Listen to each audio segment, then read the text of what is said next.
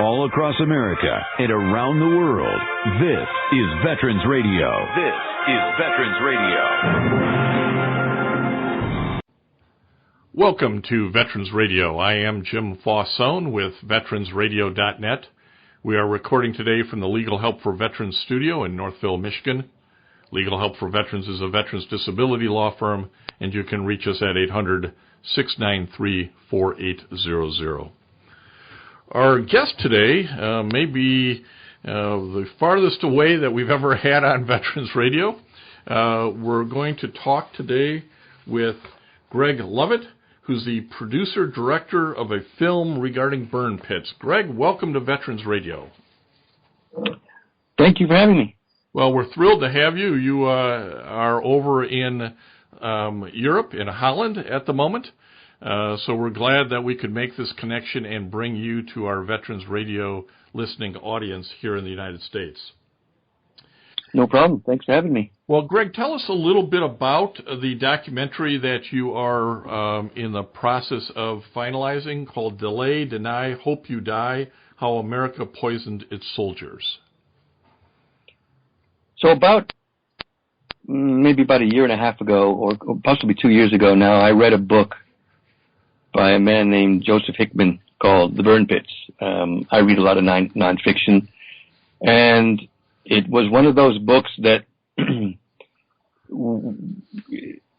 of, to be honest, just sort of pisses you off. It's sad, but it also makes you really mad when you find out what is happening to soldiers who served overseas in Iraq and Afghanistan. And I had never heard about burn pits until I read this book, in which he described how the Army was confronted with the problem of garbage, what to do with garbage, and how to get rid of garbage. And their solution on all these military bases, on about 200 bases throughout Iraq and Afghanistan, was to burn the garbage. So they threw all the junk that's accumulated in war into these big open-air pits. And when I say everything, I mean literally everything, from plastics, rubber, to dead animals, amputated body parts, medicine, even vehicles. And then they would set it on fire and burn it.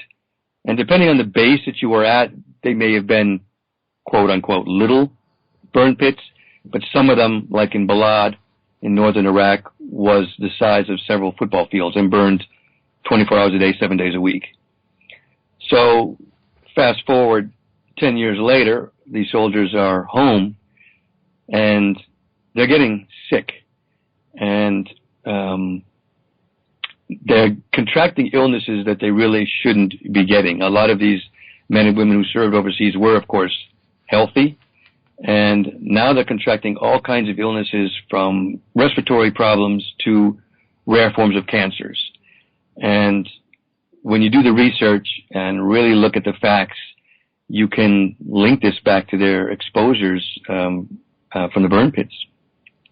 And Greg, as you read this book, and it's sort of, as I say, it's interesting in a piss you off kind of way. How did that move you then to saying, I need to get this story out, I need to tell this in a different manner, and sort of lead you to the documentary film approach? Well, I've been working in television my whole life. I've lived in Holland now for about 30 years, but before that in the U.S. when I was younger, my father worked in television, so I kind of grew up in the business, so I was producing, directing shows there, and for about the first 10 years in Holland, I also had my own production company and produced shows. But for about the last 10 or 15 years, I had kind of moved more into management, so I had been involved with different kinds of multimedia projects in internet and digital television and that kind of thing. And it was about the time I read the book that I was sort of thinking I'd love to return back to my roots. I'd like to get back into production again. But I wasn't really interested in, game shows or quiz shows or talent shows or the kind of thing that's popular on TV. I'm kind of at an age now where I think I'd like to do something that makes a difference. So I was sort of looking for a project to begin with, trying to think of an interesting idea. And when I read the book, to be honest, I thought, well, somebody's going to make a documentary about this, so, that's going to be cool, good for them. But then after about 6 months went by or so, last summer, really, I thought, I talked to a couple people that I contacted from the book, and I started going on the internet, a little bit, and finding people, and nobody was telling me that they had been contacted by any other producer. So then I just thought, well, there's no time like the present. This could be my project. And from a personal point of view, it has all the things I was looking for. It has emotion, and it has drama, and it has, controversy. And those are the kind of things that you also look for to create a documentary. It has to be interesting and moving. It has to keep people watching. And I thought it had an important message to tell, and I hope that if I could get it finished, that it might help to create awareness and really maybe make a difference. Well, I think that's one of the things that on Veterans Radio we try to tell these stories because so many people are not aware of what's going on. And, they may not sit down and read a book that Joe Hickman wrote called The Burn Pits, but they will take an hour of time and watch your documentary. Tell us what's inside the documentary. Who are the people you interviewed? Is it just soldiers? Is there science involved? Tell us a little bit about the documentary. Well, the story of how the documentary got made is actually interesting in itself because obviously I'm over here in Holland and the post-production could be done over here, but all the production work had to be done in the U.S. and I didn't have $100,000 to produce a documentary. So what I first did was I researched who do I want to talk to. So I've talked to six soldiers, some who are terminally ill. I think about 4 soldiers actually appear in the documentary. I was scheduled to talk to more, but unfortunately, one died. One is now bedridden. So some of them were actually too sick to even appear. And so what I did when I found out who I wanted to talk to was I literally went on the internet and contacted some production companies locally. So, for example, I interviewed a man by the name of Jesse Baca in New Mexico. So I found a production company in New Mexico that was willing to work with me, and they conducted the interview for me in New Mexico, and then one in Oklahoma and one in Oregon. And these people are all professional production people who are working, I don't want to say on a volunteered basis, but let's say for deferred payment. They provided their services at no cost because once they heard about the story, they decided that they wanted to get involved. And that's the case for about the 15 or 20 people that I interviewed. I did interview several doctors, one in New York and one at Vanderbilt University in Tennessee. Both of these doctors have been conducting research for the past 10 years, and they're both convinced that the illnesses that they're coming across can only be caused by toxic exposure. I've talked to a lawyer because a number of the soldiers are involved in a lawsuit against KBR. I mean, that's a whole other story in itself. KBR was a daughter company of Halliburton, and they had the waste management responsibilities on a number of these bases. They were a private contractor that the United States government paid, I'm sure, boatloads of money to manage this waste stream and waste disposal. Go ahead, continue. And they didn't do it correctly. They were supposed to follow certain regulations, including EPA regulations in the states. They were supposed to treat these bases like little pieces of America, which by definition means you can't burn anything in open air. Well, obviously they didn't do it, so they're being sued. So the lawyer appears in the documentary. I speak to a man by the name of Rick Lambert, who actually worked for KBR. So he has firsthand knowledge of the mismanagement and of the cover-up that KBR committed. So it's a wide range of people that have different points of view that I hope come together to tell the story very clearly and concisely, and I think we get the message across pretty well that it's not only an issue of 6 soldiers, but it's also the politics of how KBR got the contract and how they mismanaged it. It also goes into a little bit about the treatment that they are getting, or I should say not getting, by the VA because the government and the VA still deny that these soldiers are sick because of their exposure to burn pits. That means that they can't always get the treatment that they need, and so they become sicker, or in cases of some people, they have to pay for the treatment themselves. One soldier I talked to, appears in the documentary, has $250,000 worth of debt because of health costs that is not covered. So it's a big story with a lot of issues in it. Well, and that's what I wanted to get across to our veteran radio listeners. We're talking to Greg Lovett, who's the producer, director of a upcoming documentary called Delay, Deny, Hope You Die, How America Poisoned Its Soldiers, focused on the use of burn pits in Afghanistan and Iraq. What's really different, I think, too, is that the waste streams that were being burned today as compared to 30 or 40 years ago, because this method is it's been used time immemorial. It's a pretty crude way to get rid of stuff is to burn it. But now it's full of batteries and appliances and plastics and computer chips and all kinds of toxic parts that get, pieces that get thrown into these burn pits. Is that what you found from your talking to the soldiers? That's exactly right. They said that literally everything had to be disposed of in these burn pits because there was no other place to get rid of the garbage. Now, there's a debate about why didn't they bury it? Why didn't they ship it out? Why did they use incinerators? That's a whole other issue because, according to Senator Udall of New Mexico, incinerators were budgeted for, and KBR received money for incinerators, which would have burned everything at much higher temperature and would have deposited less toxins into the air. But they didn't use incinerators. So that's another issue. Nobody knows exactly why. And when you look at things like plastic water bottles, for example, I believe the average soldier in Iraq in the middle of summer uses 10 water bottles per day. Well, if you've got 20,000 people on a base, that's 200,000 water bottles, plastic water bottles that you're just burning every single day. So never mind just the plastic, but like you said, it's old computers, it's trucks. The trucks that were abandoned or damaged or couldn't be repaired were just thrown in. And one of the doctors talks about how he found pieces of metal in the lungs of soldiers. Well, how else did it get there if it wasn't for the burn pits? And one of the things that I think anybody who's been around a burn pit knows is you have a lot of what I'll call incomplete combustion. It doesn't really burn everything up like an incinerator is supposed to do.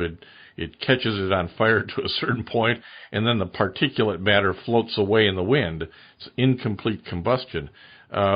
Did any of your scientists talk about those kinds of problems of what we were putting into the atmosphere?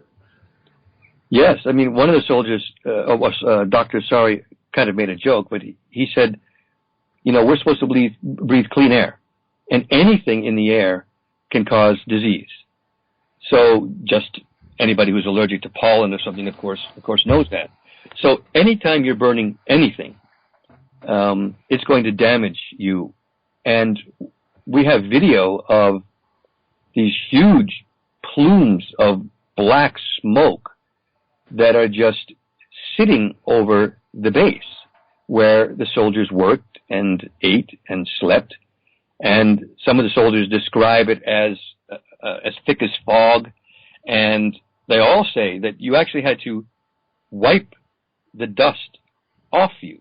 It would actually just fall into. That's how much it was, how thick it was. One soldier even mentioned how one of their jobs was just cleaning the airplanes from the dust of the burn pits because it would prevent airplanes from flying. So it was actually something you could see, you could smell. It would burn their nose, it would burn their throat, it would settle on their clothes, and obviously also in their lungs. One of the things that is sometimes more convincing than words are the photos, the images. Were you able to find both videos and maybe satellite photographs or regular photographs of these burn pits to communicate the size and extent of them? We were. It was tricky because at the time that the soldiers were serving, they didn't really think about it in the most cases. They didn't really think about that it was dangerous. Some of them just believed what they were told, which is it's not harmful, so they just thought, okay. So the majority of soldiers serving didn't think about making pictures or making videos. Having said that, I was able to find some soldiers who made, I guess they weren't iPhone videos back then because we didn't have iPhones, but very low resolution, bad quality video. But you can definitely see what it was like and what a burn pit really consisted of. There are some good images in the documentary, I think, of everything from smoldering pits, like you said before, where everything is not really burned, it's just sort of sitting there smoldering. And then we also have images of these huge plumes of smoke that just go, I mean, I don't know how many feet, but a lot of feet. 50 feet or so is what one soldier told me, into the air and floating over the barracks. So we were able to get some images to convey what it must have been like for the soldiers living there. And Greg Lovett, producer and director of this documentary, were you able to find anybody either in the Department of Defense, the U.S. Army, the Veterans Administration? Would any of those officials go on camera and take a position that you were able to incorporate into the documentary on burn pits? They wouldn't talk to me. I did reach out to people at the Department of Defense and to KBR, for example, but they didn't want to speak. But I was able to find some archive material. For example, there's a man who used to work for the Department of Defense who talks about how they being the military, conducted their own study into the burn pits and found out that there was nothing wrong. It was not harmful to live and work near the burn pits. Now, of course, I have other people in the documentary who refute that and talk about how that study was flawed. And I do have some archive material from KBR's lawyer who claims that they were just, doing what they were told to do, and it's not their problem. And of course, then I have the man who used to work for KBR who said, well, we weren't doing what we were told to do. We knew what we were doing was wrong, and we did it anyway. Well, I think this is a informative topic and an aggravating documentary, and I mean that in high praise. I hope you take it that way, Greg. Tell us how the documentary is coming along and when it will be out and how people might view it and follow it. Well, we actually just finished the documentary yesterday, which would have been the 22nd of May. We're just putting the last little frames or bars of music on, so it's basically done. Your second question is a little bit more difficult to answer because the life of a documentary filmmaker involves a lot of sales. So I have to go out now and sort of pitch it to, the Netflixes and the HBOs and the Showtimes of the world and see if they're interested in broadcasting it. I've worked in the business for a while, so I have about a database of about 300 or so TV channels around the world that, of course, I will approach.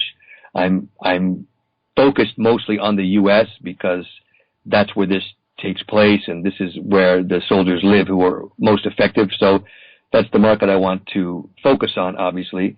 I will submit it to some film festivals, and if you're lucky, you get picked up by some film festivals. A lot of these buyers of documentaries go to these film festivals, so they might see it, and then they might want to then purchase it. So that's a whole struggle in itself. After you get the documentary made, that's really just part one. The second part is really going out and see if you can interest people. But I have about 1,200 people on our documentary Facebook page, so I can try to get them involved, and they can write to Netflix and ask to see the documentary, and we can try a grassroots campaign. And basically, you just have to go out there and hit the road, start knocking on doors, and trying to drum up interest and find somebody who wants to buy it. Well, let's direct some people to your Facebook page or other website or media accounts. Give us some ideas on how we can track you and track this documentary. Well, you can go to facebook.com and then /Burn Pits Documentary. It's all one word. So www.facebook.com/Burn Pits Documentary. And that will take you to our page. And there you can see some short clips of the interviews that I posted from time to time while we were busy. You can also see the trailer for the documentary, which you can then share. It's actually been seen by about 250,000 people so far, which is pretty good. And you can stay up to date with our progress and what we're doing, and you can see how you might be able to get involved if you want to bring this to your local station or to Netflix or to HBO, and help us get distribution. Well, I want to encourage all veteran radio listeners to go to Facebook, I just did it myself, put in the Burn Pits documentary into the search bar. It'll come right up. You'll see delay, deny, hope you die pop up, and like it and follow it. This is the sort of documentary I think that not only veterans should see, but policymakers, family and friends, to understand what their loved ones went through when they were overseas in the sand pit.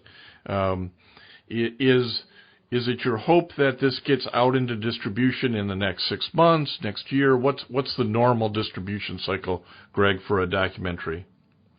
Well, it can take a while. I mean, it can sometimes, take upwards of a year, but I hope in this case that it doesn't take that long. I hope that people realize that this is a unique story, but it's also something that's happening now. It's current. I mean, you see soldiers in the documentary who are sick and dying now, and they need help. Their family needs help, and the more people to find out about it, the better. And I actually just did an interview with a reporter from Fox News in L.A. a couple of weeks ago. She had seen the trailer and she was interested. And I mean, this is somebody who works in the television and media business, and she knew nothing about this. And I think the majority of people don't know anything about it. And actually, one of the doctors told me that he thinks the majority of soldiers don't even know about this. He thinks that there's a lot of soldiers out there who may be tired and winded and coughing or having rashes or other kinds of illnesses or irritations, and not immediately link it to the burn pits. Right now, there are estimates of about 100,000 sick soldiers. He thinks that could be many more. Well, and unfortunately, they're private doctors, and most veterans go to private doctors. Certainly their private doctors wouldn't make that link, and even their VA doctors won't make that link. And I think that's why awareness is important, so you can, whether you're a spouse of a soldier or a soldier, say, hey, since you can't really figure this out, could it be this? He lived here for 12 months and breathed this stuff in. Is that a possibility? And I suspect that's what your documentary film here on Burn Pits would do, is sort of make people aware enough to ask a question. I hope so, because a lot of the problems for some of the lung issues that the soldiers are suffering from is in the diagnosis. Dr. Miller at Vanderbilt University, who was really one of the first one to link some of these illnesses with the burn pits, discovered certain things only because he did lung biopsies. Now, I'm not a doctor, obviously, but a lung biopsy is apparently a pretty invasive operation. And so, for example, some of the soldiers were coming in and complaining that they just were out of breath. I used to be able to run, my 2 miles in 10 minutes or whatever regulation time is, and I can't do that anymore. I mean, I feel okay, but I'm winded, and they would do normal examinations, CT scans, and pulmonary function testing, and that kind of thing, and those all turned out to be perfectly normal. It was only when he actually went deep into the lungs that he would find tears in the lungs, or they would find metal deposited in the lungs. And the problem is the VA doesn't cover a lot of these invasive kind of surgeries, because they just look at the basic facts and say, well, look, you did these tests and there's nothing wrong with them. And he had to convince a lot of people, no, we need to actually physically go deeper into the body to figure out what's going wrong. He did that with a couple dozen soldiers, and he discovered that they're really suffering, a lot of these people, from a disease called constrictive bronchiolitis, which is a terminal lung disease in which the lining of your lung is actually destroyed. But then what happened was when he reported his findings to the Department of Defense, who was actually referring some of these sick patients to him, the Department of Defense decided not to send any soldiers his way anymore and just sort of deny the research that he's been doing and the information that he'd collected. Well, that's a sad state of affairs, but unfortunately not one that's terribly surprising to somebody who works in this area. Yeah. I want to thank you, Greg Lovett, for taking some time out today to talk to us about your very important and informative documentary. I want to encourage our Veteran Radio listeners to go to Facebook, go look for the Burn Pits documentary so that you can follow it. Actually, it's just Burn Pits documentary with no the. Okay, excellent. Get the word out about this to people. I want to thank you for listening to Veterans Radio today. I am Jim Fausone. It's a pleasure to be your host. I'm a veterans disability lawyer at Legal Help for Veterans, and you can reach us at 800-693-4800 or legalhelpforveterans.com. You can follow Veterans Radio on Facebook and listen to our podcasts and internet radio shows at veteransradio.net. And until next time, you are dismissed. If you have a VA claim denied by the Board of Veterans' Appeals, contact Legal Help for Veterans at 1-800-693-4800. They're experts in handling cases before the U.S. Court of Appeals for Veterans Claims. Their number again, 1-800-693-4800. Think of all the sleep hacks you've ever heard. You could spend years trying them all, or you could instantly transform your sleep with Boll & Branch. They make the softest, most breathable bedding you'll ever feel, and it's all 20% off. That's their best sale of the entire season. Millions of sleepers love their buttery soft sheets, airy blankets, cloud-like duvets, and so much more. And you can try all of them for 20% off with promo code INCREDIBLE. So hurry to bollandbranch.com today. That's BOLL and branch.com. See site for details.